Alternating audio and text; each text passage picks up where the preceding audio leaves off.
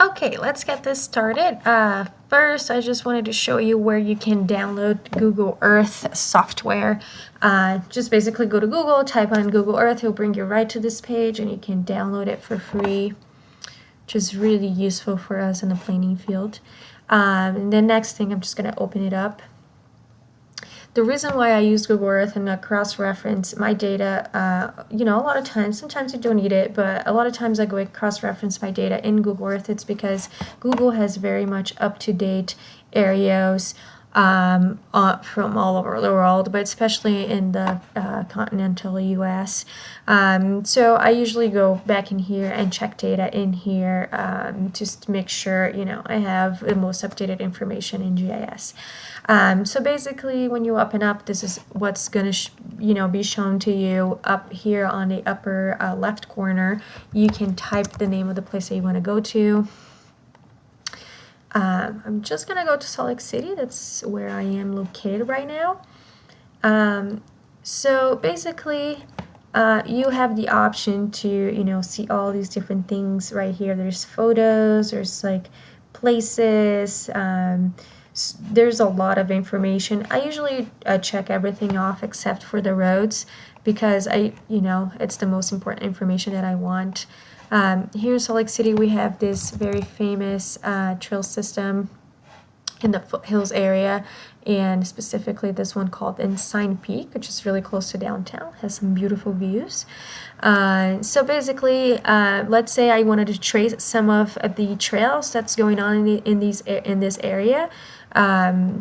So basically, I want to create data, right? I want to create some line data. Maybe I want to create some point data, and I want to bring it into ArcGIS because the areas here at Google Earth are more up to date. So first, I'm going to start with my temporary places. I'm going to right-click and add a folder. I'm going to call this folder Trails. Basically, you want to organize your data in folders in Google Earth before bringing to ArcGIS because that information is going to be brought up into ArcGIS, and it's important for you to be able to organize your data later on. So make sure you organize it here in folders and you separate your line data from your point data. So yeah, first, if I want to add a line data, I come up here and it says add path. I can zoom in to the area that I want to trace. I add a path. You have the choice to name your path or not, as well as create a different style and color to it. Let's start with the default. So I just click, and very much every click that I do, it will add a point to my path. Another thing that you can do is you can drag it, and it will create, a more natural line, but with a lot of points. So it's, you got to just choose whatever you prefer. If you click on a point, you can drag and, fix it if you think you didn't get it right the first time.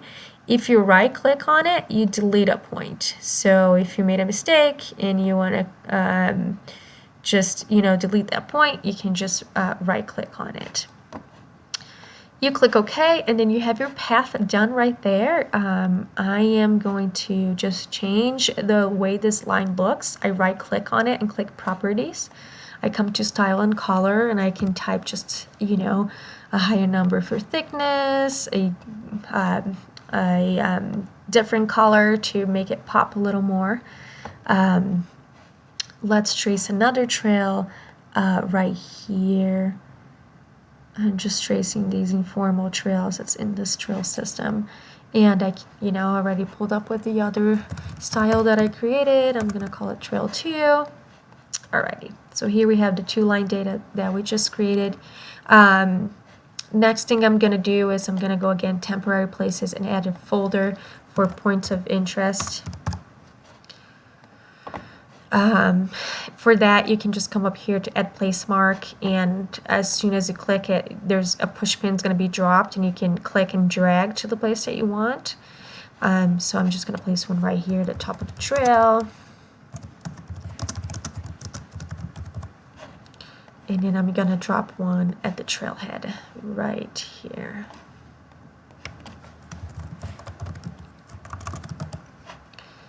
If you for some reason want to change the way these pins look, you can just right click into properties, click into this little guy right here, and change the icon. You can also, you know, make it larger or smaller and change the color within them. So there's some flexibility of how things look here in Google Earth. Okay, so now we have point and line data in Google Earth. And before I save this data, I want to show a couple more features that I really like here. One of them is the ruler, the measuring tool. The measuring tool I use a lot for, so I work on in transportation planning. So what we're always checking the width of the roads and how far it is from houses and other points. So you can just click the ruler icon and then drag it. And when it's in the line, you can just drag it and click, and that will give you the measurement that you're looking for. If you every time you want to erase that, you just exit out of it and click back again. If for some reason you want to measure a path, you can just click the path tab and add points, and will, you know, measure the entire path for you. That's really helpful for me. Another tool that I use is to click on the trail I traced and go into show elevation profile. That will clamp that line data into the ground, and Google Earth has elevation data, so you can see how steep your trail is. So here we'll give you all the elevation information and the gain and the loss of in altitude. So that's a pretty neat feature that I use a lot. And the next one is Google Street View, which is this little orange guy right here. You can just drag it to the top of the street network, and it will highlight it for you, letting you know that there is imagery. You just drop whatever you want, and it will bring you to that area.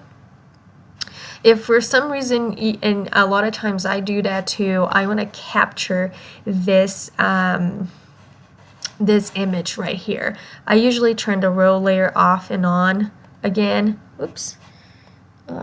It's not going away, but usually it goes away, and you're able to snip this. You're able to use the snipping tool. You're able to snip this image and use it.